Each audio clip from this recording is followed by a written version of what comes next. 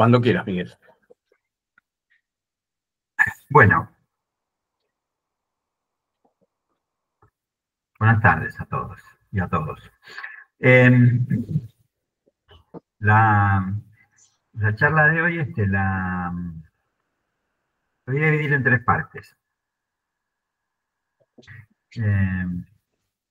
La primera parte, vamos a ver alguna determinación cultural del nombre del padre, una especie de contraejemplo de lo que quiero decir. Digo, pensando en el estatuto actual del nombre del padre, ya hemos hablado bastante sobre la declinación y la evaporación del nombre del padre. Y la primera parte de esto es un poco contrario. Quiero decir, el mundo no es tan unidireccional como parece. Entonces, ahí vamos. Primera parte. Voy a hablar del Papa Francisco. Con la reciente muerte de Francisco, yo no recuerdo otro papa salvo Juan Pablo II, el papa polaco, en el que se hiciera tanto hincapié en la nacionalidad del papa. Supongo que no es menor el hecho de la no centralidad geográfica tanto de Polonia como de Argentina. La cuestión es que, muerto Francisco, millones de fieles honraron su memoria y su legado. Cientos de miles peregrinaron en Roma a su lugar de descanso final. Entonces, me parece que este hecho da cuenta más bien de la vigencia de un nombre del Padre sólido y que se sostiene a lo largo del tiempo. El Papa es un nombre del Padre sólido y que se sostiene a lo largo del tiempo. Él es exactamente el Santo Padre. No solo el nombre del Padre, sino que además es santo nombre del Padre. Ahora bien, hay una cuestión ahí, ¿no? Que a mí me llamó mucho la atención. Y la verdad que no se ha insistido en eso. 50 presidentes concurrieron a su funeral. 50. Otros 150 países enviaron a sus representantes más importantes. Vicepresidentes, ministros de las Relaciones Exteriores, abogados, diputados, senadores, ministros de todo pelo y naya. Presidentes de América, Europa, Asia, África. ¿Cómo diablos se juntan 50 presidentes hoy en día? ¿Qué hecho? ¿Qué episodio lo junta? ¿Ya las reuniones en las Naciones Unidas? ¿No? ¿Quién se acuerda de ellas? Ya no hay más. ¿Qué acontecimiento agrupa 50 presidentes? El peso, supongo el peso de la muerte de Francisco, no es menor. No hubo solamente presidentes y representantes de estados, hubo diversos reyes de todo pelo y laya. Todos los reinados europeos mandaron a sus reyes. Hasta la reina de Jordania fue a Roma. En fin, peregrinos y peregrinos. Por supuesto, a los pocos días del rey muerto, rey puesto, nuevo papa. Que Francisco era especial, no cabe ninguna duda. Él decidió que no está enterrado en la cripta de San Pedro. Este es otro hecho también muy importante. Él es un S1 muy particular. Descansa en otra parte. No descansa con el conjunto de los demás papas. Por supuesto, no tenemos que confundir el nombre del Padre y la Iglesia. no es lo mismo. Esa iglesia que según Lacan iba a triunfar por sobre el va a triunfar por sobre el psicoanálisis. Dijo eso en Roma, además no lo dijo, no lo dijo en su seminario en París, fue a decirlo a Roma. Va a triunfar en producir un sentido ante los devastadores avances de lo real. Va a triunfar respecto del psicoanálisis. Porque la función del psicoanálisis es exactamente la contraria, no es dar sentido a lo real, sino hacer frente a lo real, que no es lo mismo. Es muy distinto.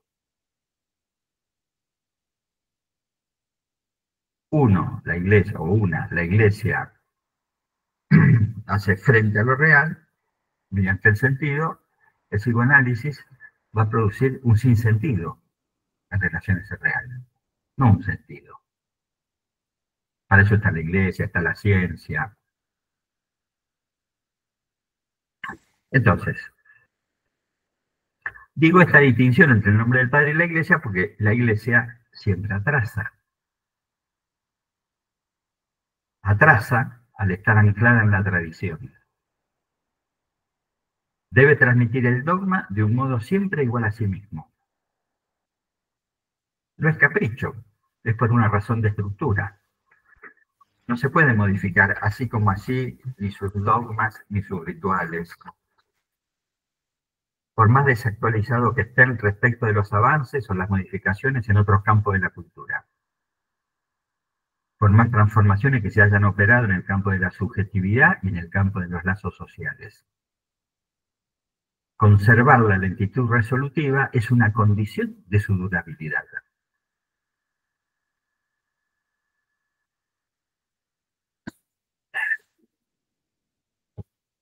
La trascendencia del corpus cristiano ofrece a los fieles una sensación de seguridad muy potente. La sensación de comunión eterna con el otro que habita los cielos.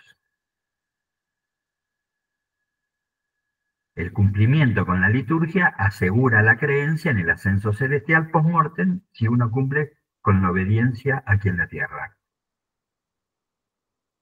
El peso institucional de la Iglesia y su influencia en las decisiones de los estados hace mayor el alcance de muchas de las transformaciones operadas en la cultura.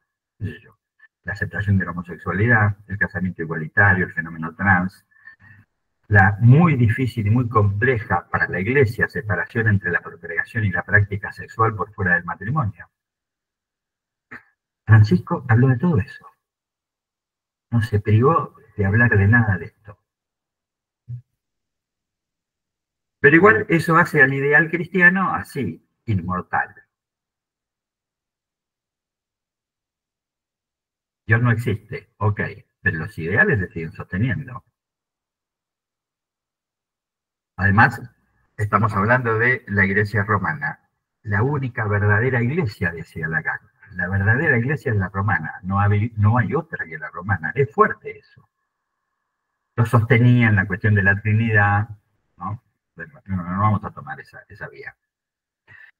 Pero entonces, hay un nombre del Padre que resiste, persiste, insiste.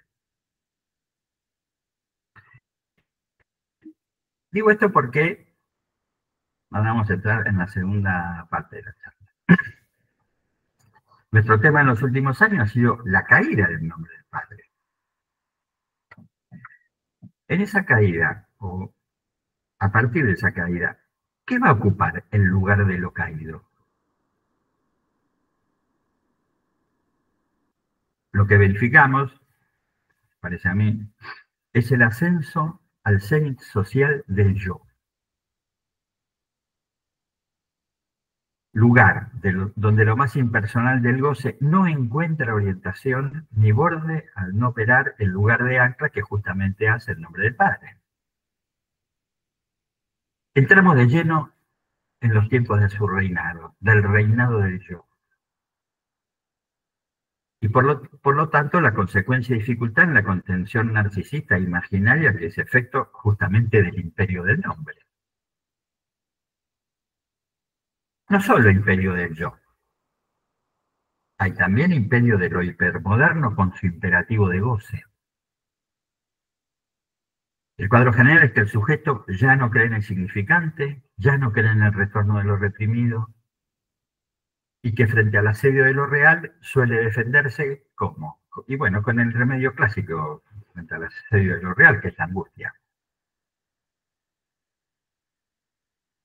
Eh, yo me acuerdo, hace unos años había investigado un poco eso, leyendo a Freud. ¿Cuál era el tema principal de consulta en la época de Freud?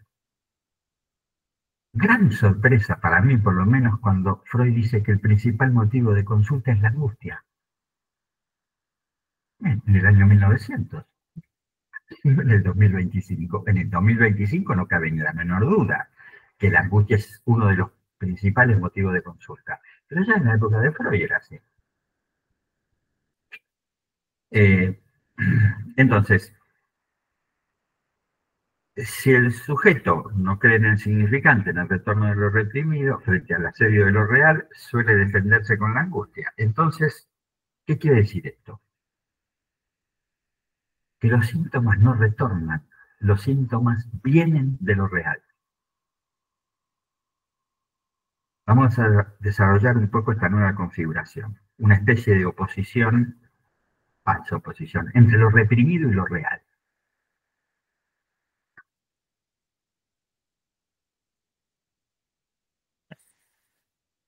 Veamos, por ejemplo, entonces, qué pasa en nuestro campo,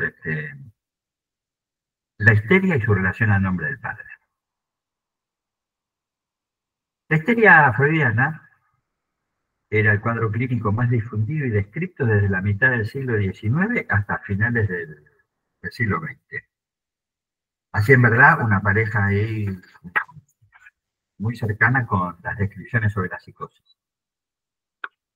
De lo que más se hablaba era de histeria y psicosis. En los primeros años del siglo XXI, la histeria fue desterrada de los DSM, confinada a la sociedad represiva de la que había nacido. Ese pasado, el pasado represivo, habría sido superado por la liberación de las costumbres, especialmente o básicamente las costumbres sexuales. Y ha sido sustituida, igual que en los manuales psiquiátricos, por otras categorías que ponderan metafórica o metonímicamente algún aspecto sintomático de la histeria. Los trastornos narcisistas, la persona borderline, los ataques de pánico, básicamente, entre muchas otras maneras de presentarse. Los discursos del género desterraron la histeria en nombre de un sexismo deconstruido. La sola formulación del diagnóstico de histeria acusa a quien la formula de una patologización incorrecta, incluso políticamente se lo castiga. El diagnóstico, en general, ha sido sustituido por etiquetas propias del nominalismo posmoderno. Los diagnósticos, tomando la referencia de Zygmunt Bauman, son vacíos y líquidos. Otro ejemplo, bien de nuestros días, o por lo menos de mi clínica, la llamada fibromialgia, cuya característica esencial es el dolor crónico. Problema al cual la OMS reconoce su presencia entre el 3 y el 6% de la población mundial. Es enorme la cantidad de gente con fibromialgia. No son pocos casos. Y ese porcentaje, además, entre el 80 y el 90% de los casos corresponden a la población de las mujeres. Ahora bien, esta caracterización, dolor crónico, implica la supresión de toda especificidad. No interesa el porqué del dolor, el desde cuándo, solo suprimirlo.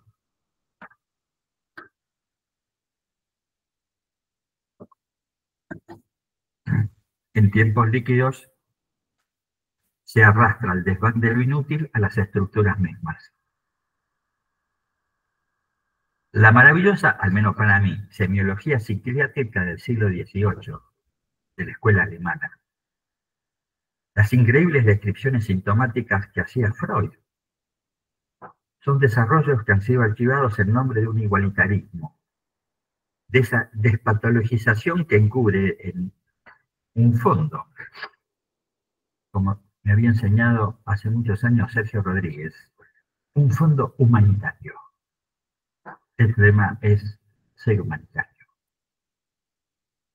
Humanitarismo benevolente con los diagnósticos y con los síntomas, transformados ya no en síntomas, en estilos de vida, y ya no en interrogaciones sobre lo vivido y lo sufrido por cada quien. La cura y su desarrollo han sido sustituidos por consignas. Se impone soltar lo que daña, lo que hace sufrir. Hay que abandonar la zona de confort. Esto ya algo hablamos el año pasado de la zona de confort. Huir de los sujetos tóxicos. Ese estilo de consignas. Estas consignas, ¿a quién le hablan? Le hablan al yo. Al yo le hablan estas consignas. El yo es el que tiene que operar eso. Como si el yo pudiera, como si el yo supiera. La negatividad de lo inconsciente ha sido suprimida. Así, el enfermo es el pasado, lo pasado. Ahora bien, esa despatologización de la época se ha divulgado y ha sido sostenida por importantes pensadores actuales. No es solo un invento de los medios. No tiene la culpa Clarín de esto. Judith Butler homologa la farclusión con los procesos performativos de exclusión social. Procesos tanto sexuales, sociales, raciales, de género. Hace equivaler los traumas infligidos por las normas sociales a los resultados de la forclusión psicótica. La forclusión, entonces, es una modalidad productiva del poder, y no ya un mecanismo que atañe al sujeto y a la insondable decisión del ser. Así se borra la estructura clínica de la psicosis, al hacer equivalentes un hecho de estructura y un hecho social, la censura. Butler tiene un texto, Mecanismos psíquicos del poder, teorías de la forclusión, donde hace estos recorridos. Como ella lo dice, si ella lo dice, son teorías. Están bien lejos de la crítica. Byung-Chul Han, en La sociedad del cansancio, considera que la histeria es un cuadro clínico no vigente por pertenecer a la sociedad disciplinaria en la que nació. No tiene en cuenta el deseo insatisfecho al que hace resultar de prohibiciones y no de una estructura incapaz de satisfacer tal deseo. Ya Freud sostenía que la pulsión es imposible de satisfacer. Entonces, hoy se niegan los fundamentos del psicoanálisis. Se rechaza el inconsciente, al que se confina con esa época de la represión, época de la prohibición, época del deber. El diagnóstico de histeria es propio de la época de la negatividad, época que se opone a la positividad de la modernidad. Ser, estar positivo, es otro lema, ¿no?, de la debilidad mental imperante. Pero uno de los asuntos es que para nosotros, para los psicoanalistas, el diagnóstico no es segregativo, no es una etiqueta. El síntoma es lo que no anda. Lo que se pone en cruz en la carreta es lo que no puede ser asimilado, aceptado, lo que se repite obstaculizando el andar, como nos enseñó Lacan leyendo a Freud. Es la piedra en el zapato de los sujetos. El síntoma es lo particular de cada uno, que hace de cada uno un sin igual, un original. Ningún sujeto se parece a otro sujeto. se parecen, pero no son iguales. El síntoma histérico, el freudiano, tiene sus basamentos fundamentales en el amor al padre, la identificación con él en muchos casos, el síntoma como retorno de lo reprimido. Retorno que no es sin el cuerpo, una parte de él. Y por supuesto, el deseo insatisfecho, que es como la marca de origen de la histeria. La histérica freudiana callaba, y en su lugar sus cuerpos hablaban a través de los síntomas. Esa es la prohibición que supone Hahn. Solo que la causa del silencio no era la cultura, no eran los mandatos sociales. La causa eran los secretos, los deseos inconfesables. Ejemplo príncipe, el de Elizabeth y su cuñado, de que ya hemos hablado también. La histeria callaba, hasta que Freud la hizo hablar. No paró más de hablar.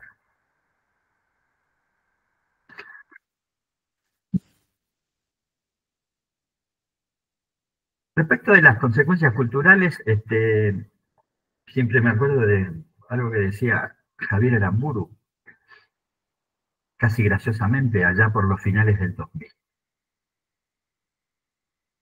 Comentaba las modalidades televisivas de la época, esos paneles que aún hoy pululan, donde los sujetos, básicamente las histéricas, contaban y aún cuentan, sin prurito alguno, sus modalidades amatorias, sus objetos, sus opiniones sobre cualquier cosa. Javier decía que la histeria de conversión había sido sustituida por la histeria de conversación.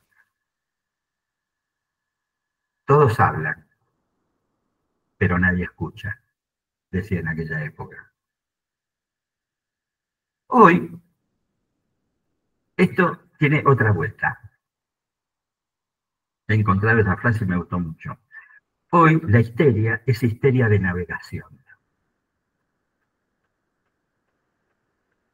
No se habla, no se escucha, se navega por las redes, en silencio. ¿Qué diferencia aquel momento del actual? El predominio de la oferta de objetos, de bienes, de servicios vía las redes. Continua exacerbación de objetos que alimentan el deseo histérico, que es siempre deseo de otra cosa.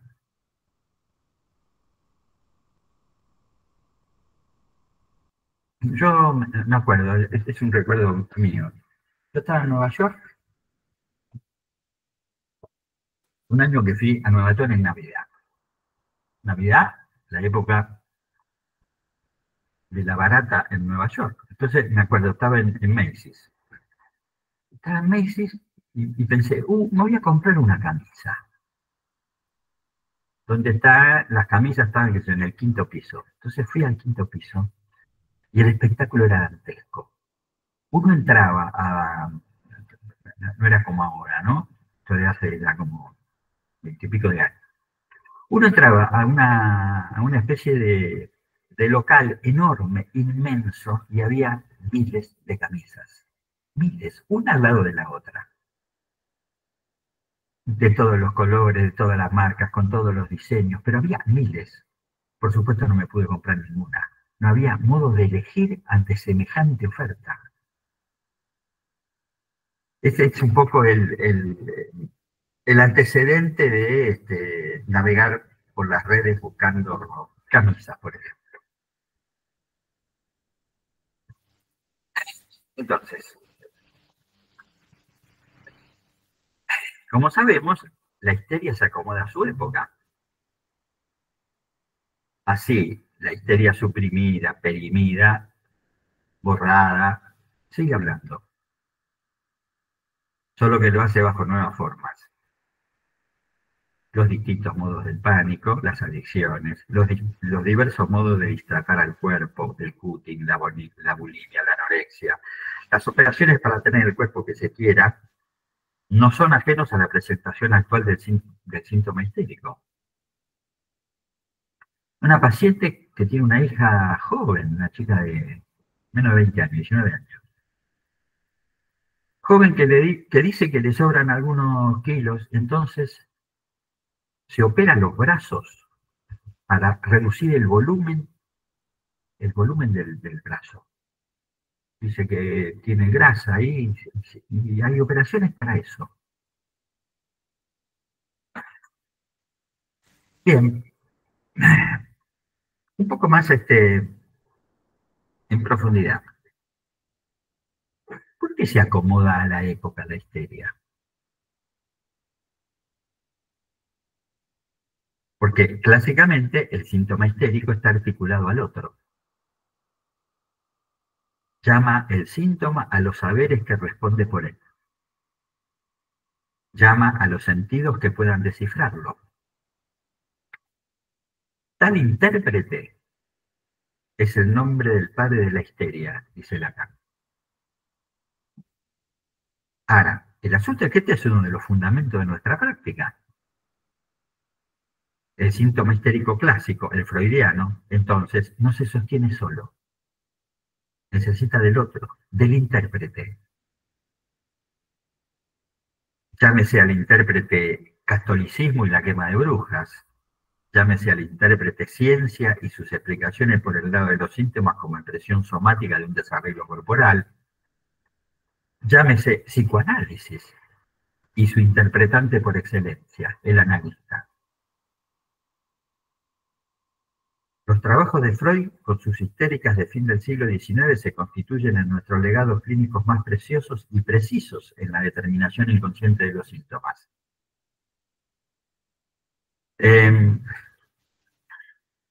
Por acá es difícil, pero bueno, se lo digo. En el matema, os digo que sin hacer el dibujito es difícil. En el matema del discurso histérico, Lacan ubica el síntoma en el lugar de la gente, ¿no? El sujeto. Lo pone en el lugar de la gente.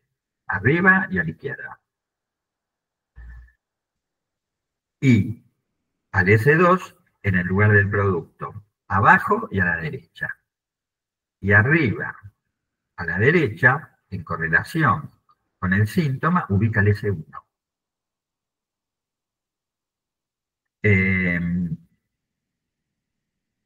Este S1 es justamente el significante que nombra la histeria. Pero este S1 no es un significante amo, no es un imperativo. Es un saber sobre la posición y el destino de la histeria. Bien. Vamos a entrar ahora en la tercera parte de la charla. Porque lo que hoy quiero comentar es que Lacan, en sus últimos seminarios, da algunas vueltas que amplían el clasicismo que define la histeria. Lo amplía. Cuestiona la histeria freudiana. Sí, pero lo hace desde el psicoanálisis. No lo hace desde otro lugar. No rechaza las enseñanzas de nuestro mayor maestro. En absoluto. Voy a tomar tres referencias. Una, la clase del 9 de marzo del 76, que es la clase 7 del seminario 23, el seminario del síntoma. La otra, que es por donde voy a empezar, es la última clase del seminario 24. La última clase es una conferencia que Lacan hace en Bruselas sobre la histeria. Justa. Entonces, seminario 23, seminario 24, y además del seminario 24 vamos a tomar algunas cosas de la primera clase también. Bueno, en Bruselas, última clase del seminario 24, Lacan comienza así la charla. Dice, ¿dónde fueron a parar las histéricas de antaño? Esas mujeres maravillosas, la Sana O, la Semigone N. Dice, ellas no solo representaban cierto papel, un papel social seguro. ¿Qué es lo que reemplaza esos síntomas histéricos de antes? Merda. Esta formulación nos indica que los síntomas histéricos 1977, que es la fecha de esa conferencia, no son los de Freud, por así decirlo. Los síntomas que mencionamos hace unos instantes ocupan ese lugar. Hoy le contestaríamos eso a Lacan. Pero veamos, sigue Lacan, ¿no? En ese seminario 24. Dice, la histeria, ¿no se desplazó acaso en el campo social? Se pregunta, ¿la chifladura psicoanalítica no la habrá reemplazado? No parece Lacan, psicoanalista que habla así, y es Lacan. El psicoanálisis, por cuanto, al proponer lo simbólico, desmontó los artificios del síntoma histérico, pero también ocupa el lugar de este. Y observa esto. El inconsciente se origina en el hecho de que la histérica no sabe lo que dice, cuando sin duda dice algo por medio de las palabras que le faltan. El inconsciente es un sedimento del lenguaje. ¿Qué es este sedimento sino el goce? Lo que resta del lenguaje por su enrosque con el goce, justamente. Entonces, propone Lacan, va a decir él, un horizonte del psicoanálisis que no es histérico, que no es el histérico freudiano, digamos, ese horizonte. Propone un horizonte que él dice que es real. Horizonte real, dice, es una idea límite. La idea de lo que no tiene sentido. Idea necesaria para contrabalancear una inclinación del psicoanálisis, que es la inclinación delirante del psicoanálisis. Lacan dice esto. La inclinación de dar, ante todo, a eso le va a llamar inclinación delirante, el dar ante todo preferencia al inconsciente. Por rozar en esos años algo de un real que para él no es el real científico, que es el real de la sustancia gozante, él considera tanto más urgente proteger al psicoanálisis de la propia inclinación del psicoanálisis, que es la inclinación delirante, que él denominaba en ese momento preferir el inconsciente en todo. Claro, esta era una concepción dominante en aquellos años, hace 20 años, 30 años. Todo era interpretable, todo era psicoanalizable. Todos nosotros hacíamos eso. No es lo que pasa hoy día. Verdaderamente no es lo que pasa hoy. Donde, como dijimos, se dice que la histeria no existe y es cosa del pasado. Seminario siguiente, el 25, dice una cosita al comienzo. El seminario 25 se llama Momento de concluir. Y dice, acá, la historia es la histeria. Entonces, preguntarnos por la histeria es totalmente pertinente y en absoluto desacuerdo con los discursos donde se desprecia la histeria porque la histeria fue. La histeria lo guía a Lacan igual que a Freud. Bien, seminario 23. Esta es una parte más divertida, esta, o aproximadamente divertida. Les leo algún párrafo de la clase 7, que es del 9 de marzo del 76. En 1976, Lacan se muere 5 años después, de las últimas cosas que hacía, ¿no? Leo, dice, esto es textual, dice, hay alguien que me gusta mucho, que se llama Helen Sixus. Helen Sixus hizo una pieza teatral que se llama El retrato de Dora. Ese es el título. La pieza teatral se representa en el Petit Orsay, bueno, dice acá, ese retrato de Dora yo no lo encontré mal. Dije lo que pensaba de ello a la que llamo Helen desde el tiempo que la conozco y le dije que hablaría de ello, que es exacto lo que está haciendo en ese momento. Entonces, primero, antes de seguir con eso, dije, Helen Sixus, ¿quién es Helen Sixus? Helen Sixus es escritora, poeta, filósofa, dramaturga, participante activa del Mayo francés, Enseñó literatura comparada en París 8. Enseñaba filosofía en el Colegio Internacional de Filosofía de París. Era feminista, feminista como se podía ser feminista en esa época. Nació en Orán, Argelia, en 1937. Me pregunto quién es, porque Helen Sixtus aún vive. Tiene 88 años. Vuelvo a Lacan. Dice Lacan, el retrato de Dora, que es el texto, que es una obra de teatro que escribe esta mujer, Sixtus, dice, se trata de la Dora de Freud. Y dice, por eso sospecho que eso puede interesar a algunas personas para que vayan a ver cómo está realizado. Está realizado de una manera real. Quiero decir, dice Lacan, que la realidad es lo que, la realidad de las repeticiones, por ejemplo, es lo que al fin de cuentas ha dominado a los actores. No sé cómo lo apreciarán ustedes. Pero lo que es cierto es que hay ahí algo completamente impactante. Se trata de la histeria de Dora precisamente. Y resulta que no es la mejor histérica, hace un comentario sobre los actores, ¿no? Sobre el reparto. La que es la mejor histérica desempeñó otro papel, dice, Dora misma, la que representa su papel, no lo muestra mal, le gusta más la otra histérica que hay ahí.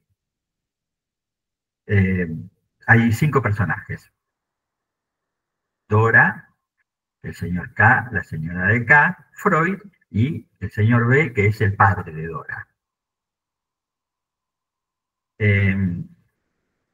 La que dice que trabaja mejor es la que hace de señora K. Entonces dice, bueno, hay también alguien ahí adentro que hace que desempeña el papel de Freud, por supuesto, él está muy fastidiado, el actor que hace de Freud, dice, y eso se ve, va a ello con precaución y esto es y esto es tanto menos feliz, al menos para él, como que no es un muy buen actor, él se ha consagrado a eso. Dice, todo el tiempo tiene miedo de cargar con Freud. Eso se ve en su despacho. En fin, lo mejor que tengo es lo mejor que tengo para decirle, vayan a verlo.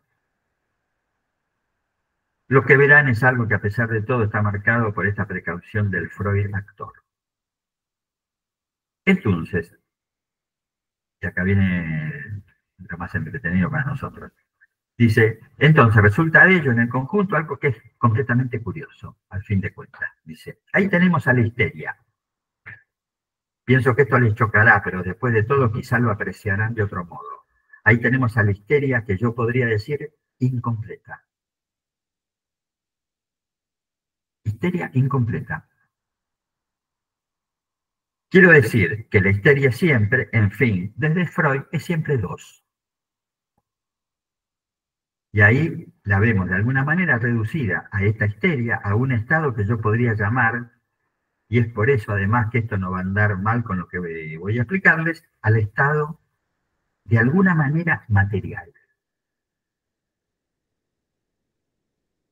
Falta allí ese elemento que se ha añadido desde hace algún tiempo y desde antes de Freud, al fin de cuentas, a saber cómo ella debe ser comprendida. Eso produce algo muy impactante y muy destructivo. Es una especie de histeria rígida. Esto es lo que dice en un parrafito. Historia incompleta, la historia siempre 2. Esta es la histeria de esa obra de teatro es una histeria real y es una histeria rígida.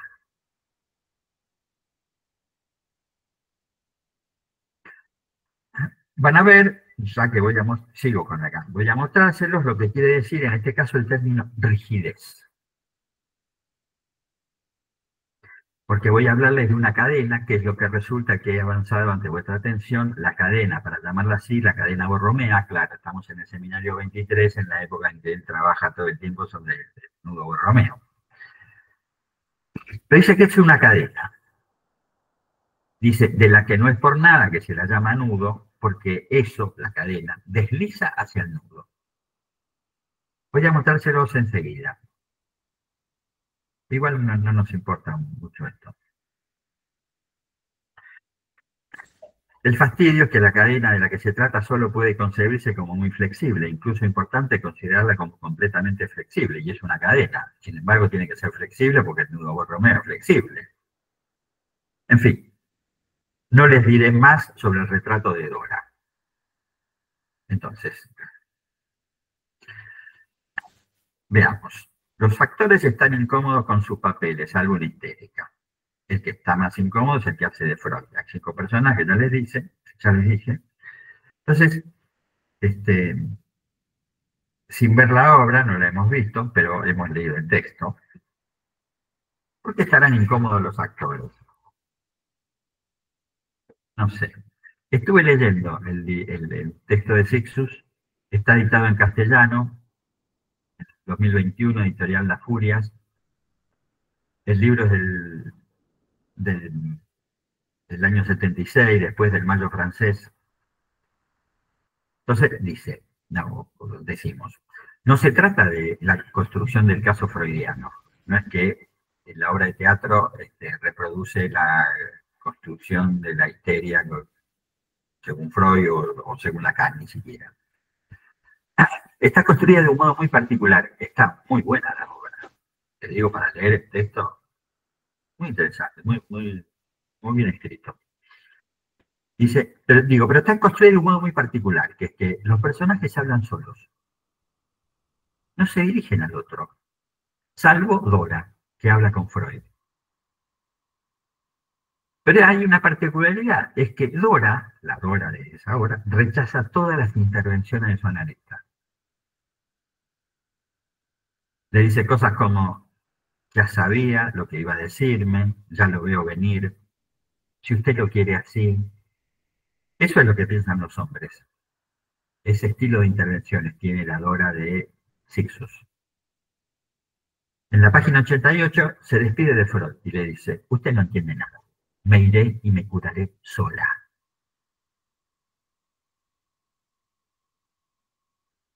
El texto, ella habla en la obra todo el tiempo de su amor por la señora de K.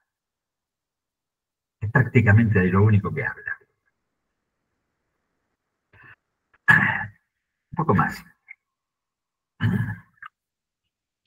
Acá dice ahí que la realidad es la realidad de las repeticiones. ¿Se entiende? Está hablando de una obra de teatro y eh, cada vez que se representa la obra de teatro hay una repetición, ¿no? Y uno se me ocurría, la única verdad es la realidad de las repeticiones. La realidad de las repeticiones, lo que no cesa. Por supuesto, no es el único modo de entender qué es la realidad para el psicoanálisis, pero Lacan ahí toma ese costado, la realidad de las repeticiones. Si ustedes quieren la realidad de la repetición del síntoma, que se repite, se repite, se repite. Bueno, otra cosa, ya lo dije, la obra está realizada de una manera real, la histeria es incompleta, reducida a lo que Lacan llama el estado de alguna manera material. Él agrega, carece de interpretante. Es una especie de histeria rígida. La histérica era la que acusaba a los hombres, especialmente a los obsesivos, de ser rígidos. Ahora resulta que la rígida es ella, o alguna de ellas. Entonces, primero, extraña calificación, estado material de la histeria. Falta allí ese elemento, dijimos, estaba delante de Freud, cómo se la debe comprender. Entonces, el síntoma histérico por excelencia es un síntoma que habla, que se dirige a alguien. El síntoma es portador de un sentido. Lo material, entonces, el estado material es el síntoma en tanto tal, es el síntoma separado del sentido. esto es lo que Lacan encuentra de interesante en la Dora de Sixus, es que presenta la histeria sin el sentido. La histeria sin ese dos. La cuestión del estado material, los que trabajamos hace 15 días, el seminario de 19, hemos visto que allí Lacan habla del estado material. Entonces él dice, con eso del estado material, dice, eso hace que ya no la comprendamos la histeria.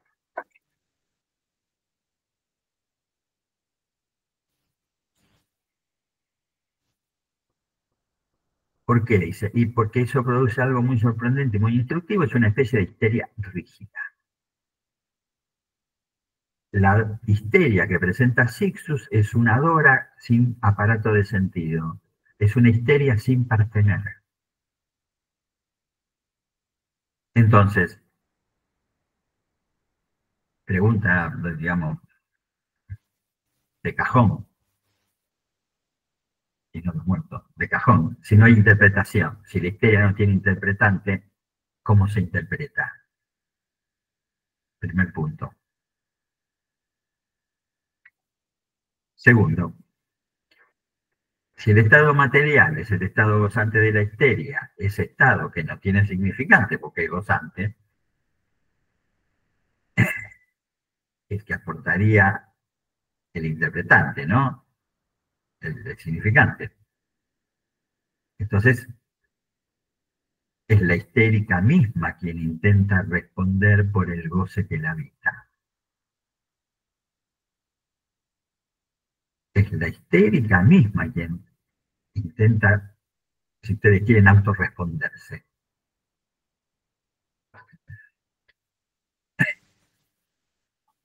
Entonces,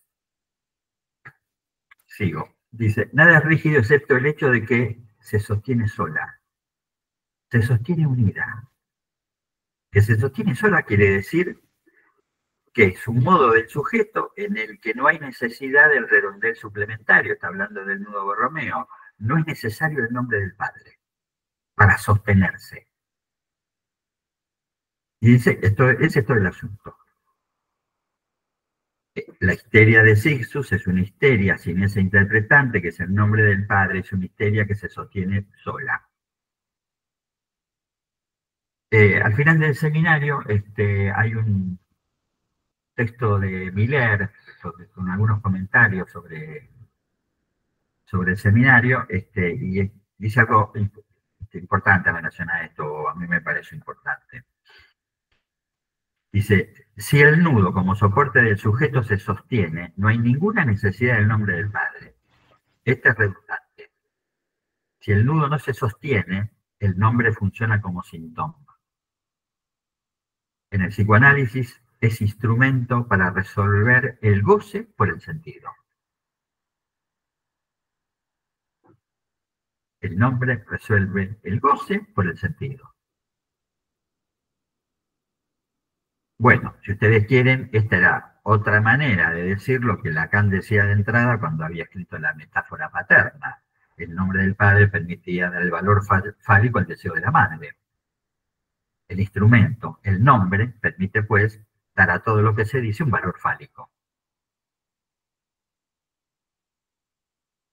¿Se acuerdan ese caso que yo les comenté? Que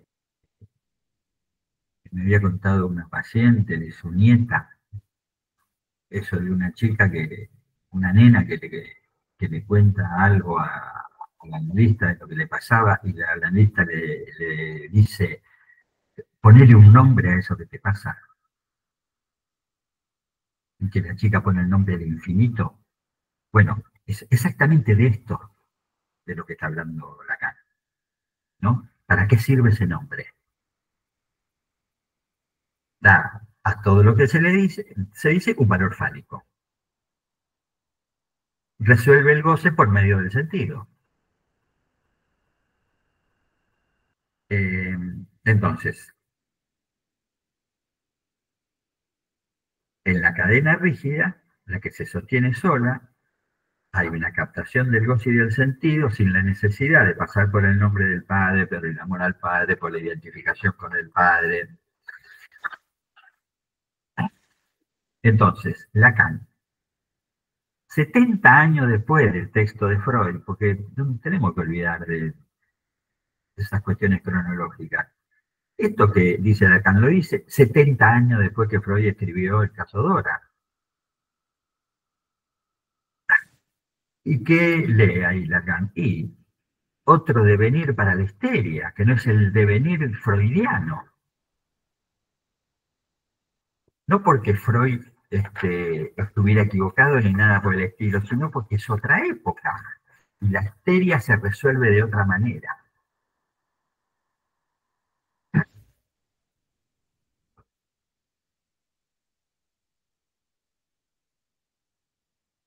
Dice así, la diferencia entre la histérica y yo, dice Lacan, porque él decía que él era un histérico perfecto.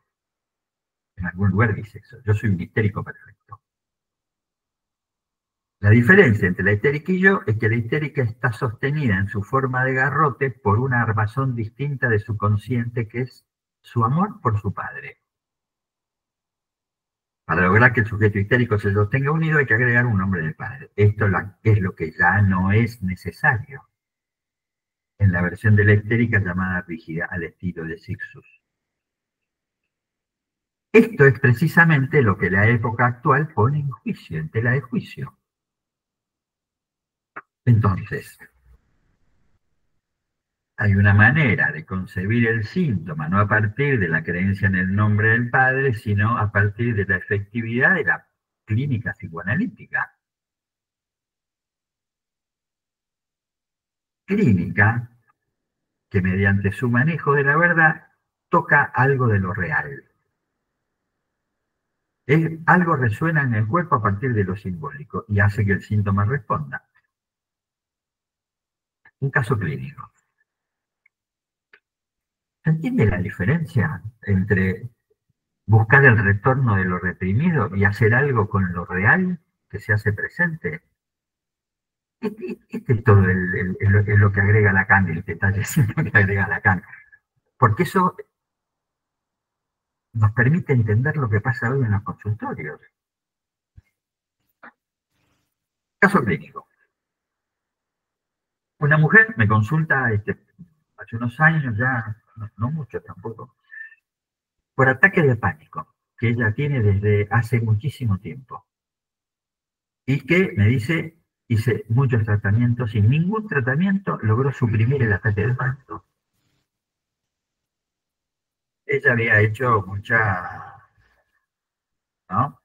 mucha terapia cognitiva, y ha ido mucho por ese lado y nada se había resuelto por ahí.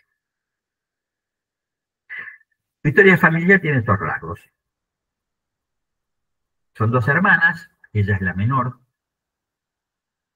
Entonces, cuenta que cuando ella tenía 8 años, la madre abandona al padre. Se reparten las hijas. La mayor se va con la madre, la menor se queda con el padre. La cuestión es que desde ese momento el padre impide por todos los medios que esa chica, la chica que se queda con él, la que va a ser mi paciente, se encuentre con la madre y con la hermana. No permite ningún tipo de encuentro. El paciente me cuenta que ella, al principio eso, qué sé yo, mucho no le gustaba, tenía 8 años. Dice, con el tiempo se va acomodando bastante bien a esa partición que el padre había establecido. Y va desarrollando un fuerte rechazo a la madre. La madre abandona al padre porque tenía otro hombre y después tuvo otro y después se fue a vivir a Estados Unidos con este segundo otro y después lo dejó y volvió y tuvo otro más con el que se volvió a casar. El padre también tuvo sus noviazgos o sus parejas, pero ella me cuenta que produce un fuerte rechazo a la madre porque dice que la madre es la que abandonó el hogar, la que se fue. La hermana le importa poco, no habla demasiado de la hermana. Y me cuenta que ya de joven empezaron, ella siendo joven, empezaron los ataques de pánico. Bueno, primero trabajamos toda la cuestión edípica, el amor al padre, el rechazo a la madre, cosa que los tratamientos cognitivos en absoluto habían tocado nada que tuviera que ver con la historia de ella. Eh, eh, Ella va trabajando alrededor de la sensación de la culpabilidad que tenía por el rechazo a la madre y a la hermana, y la fuerte hostilidad a la madre, y por el abandono, qué sé yo. Ahora bien, eh, lo que fue importante, digamos, teníamos un segundo tiempo del análisis, fue trabajar alrededor de los momentos desencadenantes de los ataques de pánico. Esos momentos, en esos momentos hay un significante que se repite, que es ahogo. El pánico es consecuencia del rechazo que ella empieza a tener a la pareja circunstancial con la que haya estado. Ella tuvo muchas parejas, hombres importantes tres, a los tres los terminó echando. Ella dice, se me venían encima.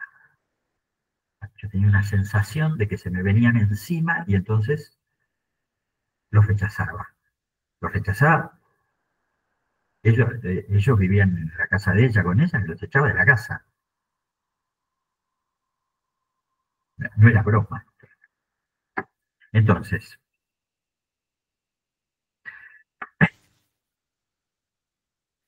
eh,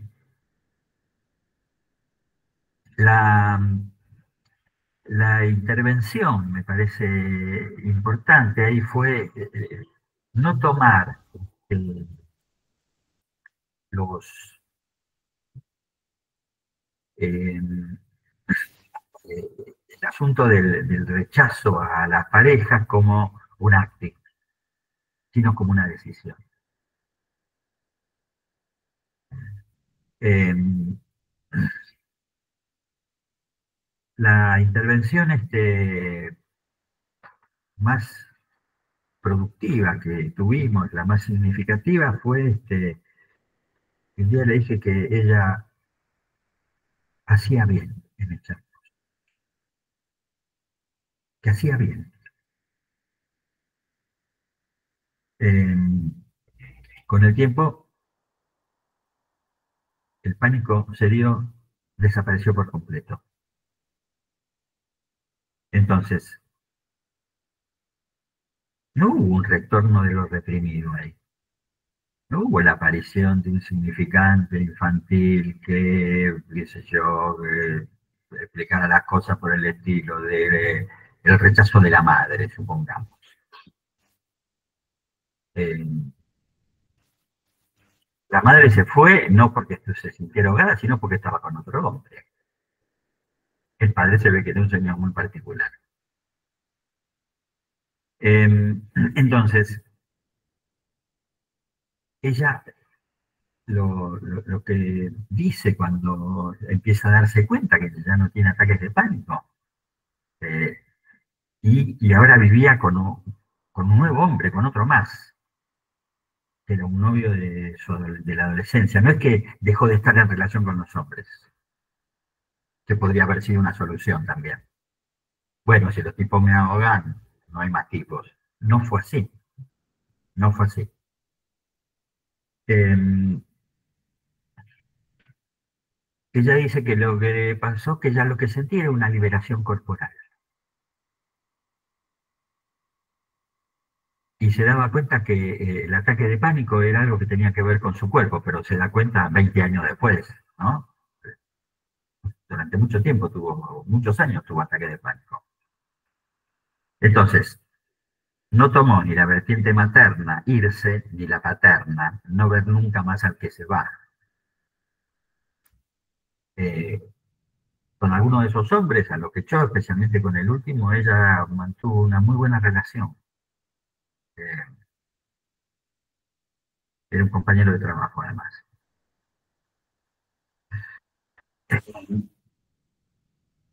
Fue más bien lo que se produjo una convalidación donde algo se había terminado, algo que la estaba ahogando. Era terminar con el ahogo.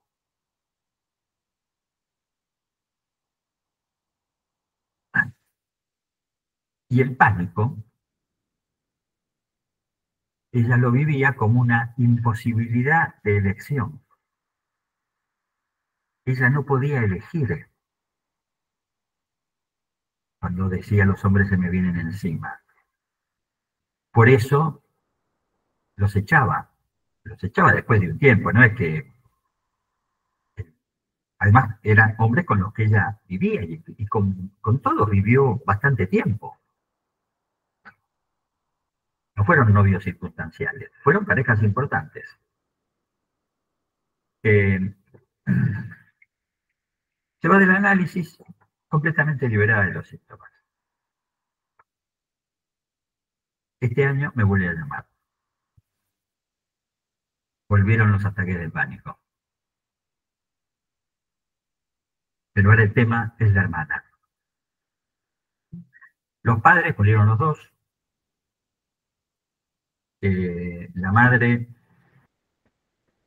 eh, le dejó un departamento a la hermana, a ella el padre le había comprado un departamento, eh, y también y le dejó la madre a las dos hijas otro departamento. O sea, cada una de ellas tenía un departamento y además tenían un tercer departamento que estaba alquilado y que se repartían el alquiler entre las hermanas.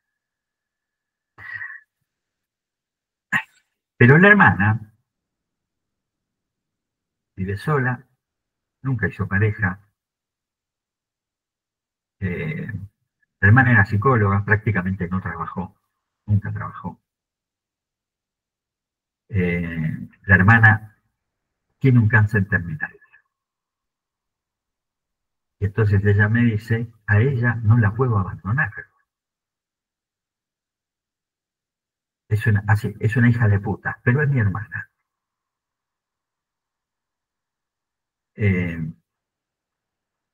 la hermana la requiere todo el tiempo. En principio, la requería con plata. No me alcanza la plata, no me alcanza la plata. Así, tenés que ayudar porque no tengo plata. Ella opta por dejarle todo el dinero del alquiler del departamento en común que tenían. Ella lo cobraba y le daba toda la plata a la hermana, y por supuesto el día 15 la hermana la volvía a llamar para decirle que no tenía plata. Y ella hace entonces un par de años que se está ocupando de esta hermana, a la que ahora tiene cáncer. Ese cáncer le vino en una operación y nada, ahora tiene metástasis y prácticamente no tiene tratamiento, solo paliativos contra el dolor, porque ya no hay nada más que hacer. Pero lo que hace retornar el pánico es lo imposible, justamente, lo imposible del abandono. No la puede dejar a la hermana. No se puede permitir dejar a la hermana y eso tiene sus razones hasta legales, si ustedes quieren. Es la única persona que puede responder por ella, es su hermana, por esta hermana enferma. La única persona es su hermana menor, porque la hermana es la mayor. Entonces, nuevamente el tema de trabajo es cómo hacer frente a lo real del cáncer, a lo real de la muerte. ¿Cómo enfrentar eso? Eh,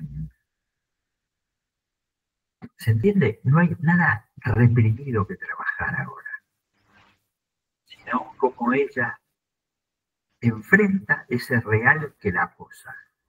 ¿Cómo enfrenta eso? Bueno, bien, fin por hoy.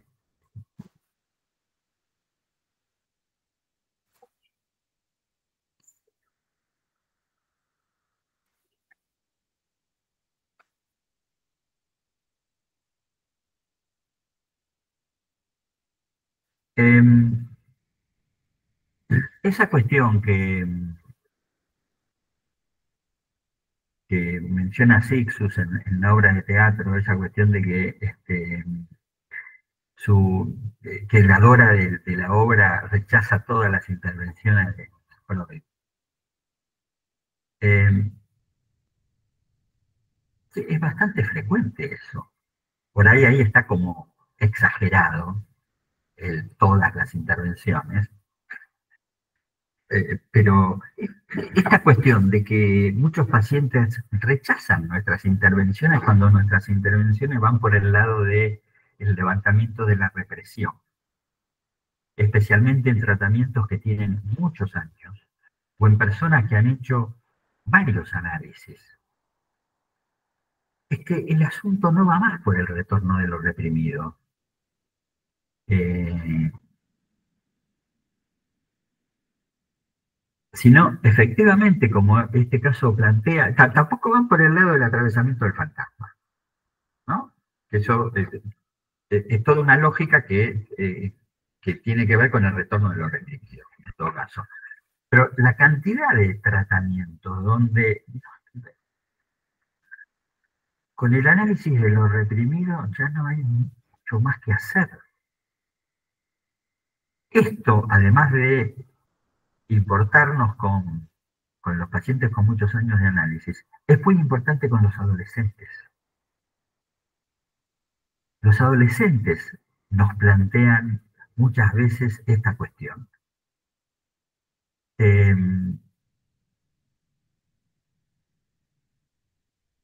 la caída del nombre del padre en la adolescencia actual lo que produce es un predominio de la angustia frente a los problemas a los problemas de tener pareja, de elegir carrera.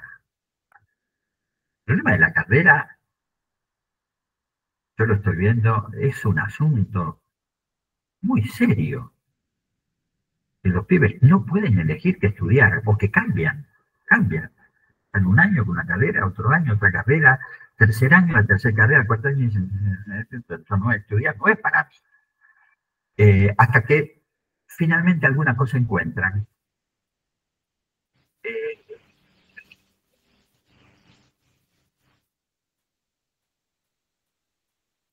Pensaba, cuando nosotros éramos jóvenes, yo, había 10 carreras, bueno, había carreras universitarias.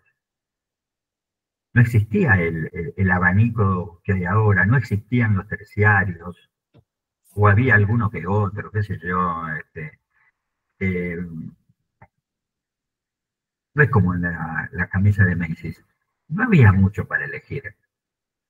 Y ahora hay un montón. Hay un montón de carreras universitarias, de terciarios, de especialidades. Los que hacen computación no estudian nada. Yo tengo pacientes que aprendieron la computación, consiguen trabajo así, nadie le pregunta dónde estudiaste. Le presentan un problema, resuelve este problema. Si lo resuelve, entra. Si no lo resuelve, no entra. Esa es la caída del nombre del padre, ¿no? No hay instancia a la que apelar ahí. Eh, eh, otra cuestión que con los adolescentes es muy fuerte, esta cuestión de que hay que probar de todo, ¿eh? De todo hay que probar. Que eso va tanto para las drogas como para el sexo. Hay que probar hombre, mujer, trío, todo lo que se te ocurra. Y después elegirás, ¿eh? Pero primero tenés que probar. Si no probaste, ¿cómo vas a elegir? Digo, ahí también está jugada la caída del nombre del padre. En esa especie de, está todo permitido. Está todo permitido. La droga ya no es un asunto lateral o ilegal. La droga está incorporada a la vida de la gente de una manera cotidiana. Todo el mundo fuma porro. Las otras drogas tienen sus otras complicaciones. Porro lo fuma todo el mundo. El alcohol es otra catástrofe. Todo eso es efecto de la caída del nombre del padre. Entonces, pero el asunto es este, cuando todos esos chicos nos llegan al consultorio, ¿para qué nos llegan? Eh, para ser sustituto del padre que no hay, estamos fritos. Estamos fritos, eso no va a andar. Eh, para ayudar a la madre en esas cosas que su marido no hace, tampoco. Eh, el trabajo con esos pibes anda más bien por el tratamiento de la angustia, por la posibilidad de que ellos puedan elegir alguna cosa ellos. A eso que llamamos respuestas a lo real, no de lo real, a lo real. Esas respuestas a lo real que decías, ¿no es de alguna manera algo en el orden de la invención? ¿De la invención? Sí, claro, sí, sí, ¿No? sí, sí. Lo de la invención es modernoso. En este sentido, Freud no hablaba de eso. Freud no hablaba eh, de la inhibición, no hablaba solo de la inhibición. Hablaba de esas situaciones que no tienen mecanismo psíquico. No está hablando de esto, Freud, de esto mismo. O sea, eso no viene por el lado del retorno de lo reprimido. Hablaba así de la angustia al principio, no hablaba de los tipos que volvían de la guerra, y tenían que tener actividad sexual, y él decía, no, bueno, eso no tiene mecanismo psíquico. De alguna manera se está refiriendo a la cuestión de la invención. Como el sujeto se las arregla con eso, sin disponer de un significante en el que ampararse. La invención es eso. Y de alguna manera cuando vos le decís a la paciente que hizo bien, digamos, en echar a estos hombres con los que convivía y demás, es también como un esbozo de sentido, también, ¿no? Sí, en el sentido de, no de que los hombres son malos y la cosa no la ahogan, ¿no? Sino que ella no podía estar con esos hombres. Que esa historia que tenía justamente no le permitía aceptar eso que pasaba con los hombres. De ninguno de ellos habló mal, ¿no? Esto es muy importante. No eran ni golpeadores, ni agresivos, ni qué sé yo. Eran a ella le producían situaciones donde ella pasaba por un ahogo que le resultaba intolerable. Eh, y eso fue así desde el primer día que tuvo relaciones sexuales. Lo cuenta con mucho detalle en Villa Gesell, un verano, postsecundario, con un noviecito que ella tenía, tuvimos relaciones, dice, y fue muy lindo, a mí me encantó y todo, qué sé yo, la segunda vez que quiso tener relaciones yo no pude, y le dije que se vaya, y ya no pudo. Eh, quiero decir, no había que curarla de eso.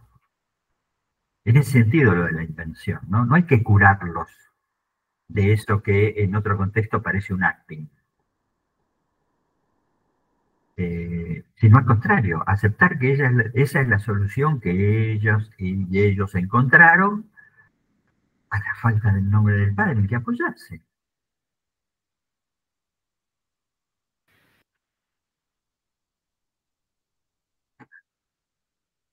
digo, invención por esto que estás diciendo, porque la cuenta está como ahí bordeando, digamos, lo loco.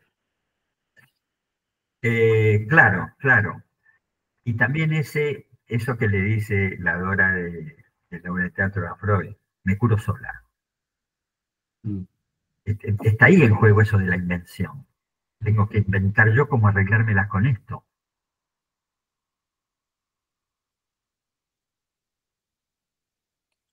Miguel, ¿podría pensarse ahí algo en relación a la sublimación? Eh, sí, supongo que podría. Sí, es otro tratamiento, es un tratamiento de la pulsión sin pasar por la represión. En ese sentido, digo, por eso no hay retorno a lo reprimido. Sí, claro, sí, se puede pensar como una actividad sublimatoria. Sí.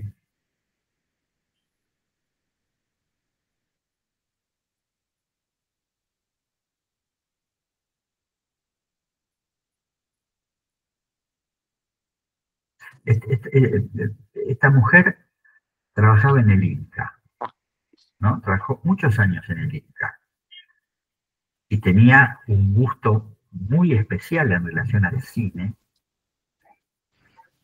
Además, por trabajar en el Inca, conocía actores, directores, conocía a mucha gente ligada a ese ambiente y efectivamente cine, eh, las series, Netflix y todo eso era una cosa que ella estaba muy, muy contenta con eso, con mirar películas y volver a verlas.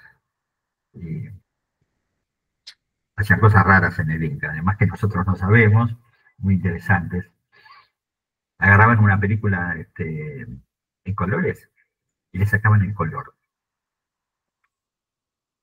Y la veían en blanco y negro y siempre decía lo mismo, es otra película. Y esa película sin los colores es otra película. Eh, bueno, cosas, digamos, de la cocina de esos lugares que tenían, digamos, los dispositivos técnicos para poder hacer esas cosas. Pero sí, en ese sentido, efectivamente es una actividad sublimatoria.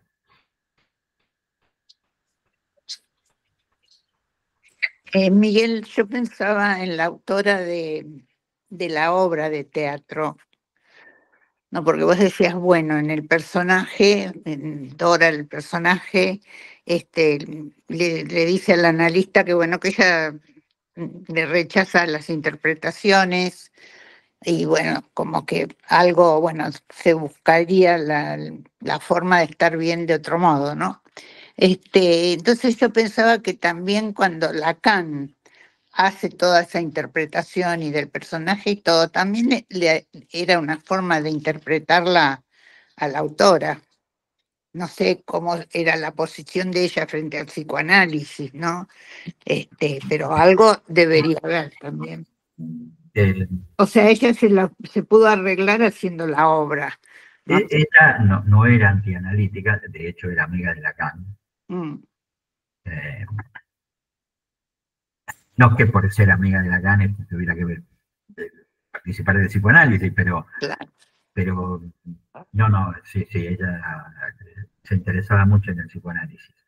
Pero lo que vale ahí, me parece, es esta idea de que Dora, de nuevo, la Dora de 1977, que no es la Dora de 1905, eso me parece que Lacan mismo rescata eso de esa obra, ¿no? Dice, pone en escena otra histeria. Eso, Seminario 23, recuerden, el Seminario 24 empieza a preguntarse qué ha sido de las histéricas de antes. Son las de antes, no son las de ahora. Ya en época de Lacan, esta pregunta, no hoy, que es más evidente eso.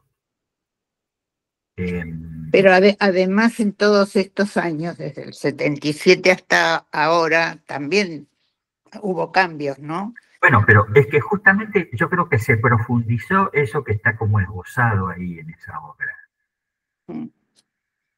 Eso Sí, de la rigidez de la histeria, pero rigidez en el buen sentido, no en un sentido despectivo, ¿no?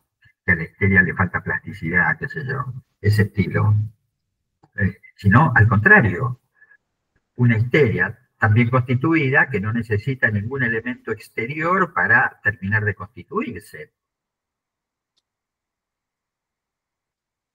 Por eso, hasta uno podría decir, el DSM tiene razón, la histeria no existe. La freudiana, la del 1900, en todo caso, esa es la que no existe, no la histeria, algunas histéricas, ese modo de entender a la histeria. mm,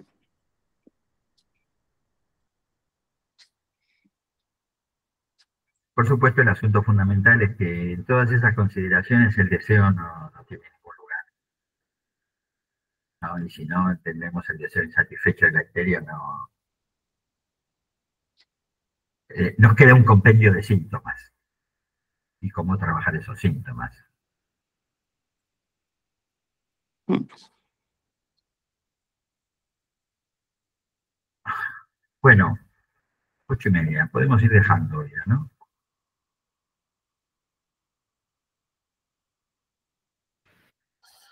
Bien, Bueno, será hasta la próxima. Gracias, Miguel. Bueno, gracias. chao. Chao, chao. Nos vemos. Chao, chao. Chao. Gracias, Miguel. Hasta luego. Hasta luego. Chau, chau.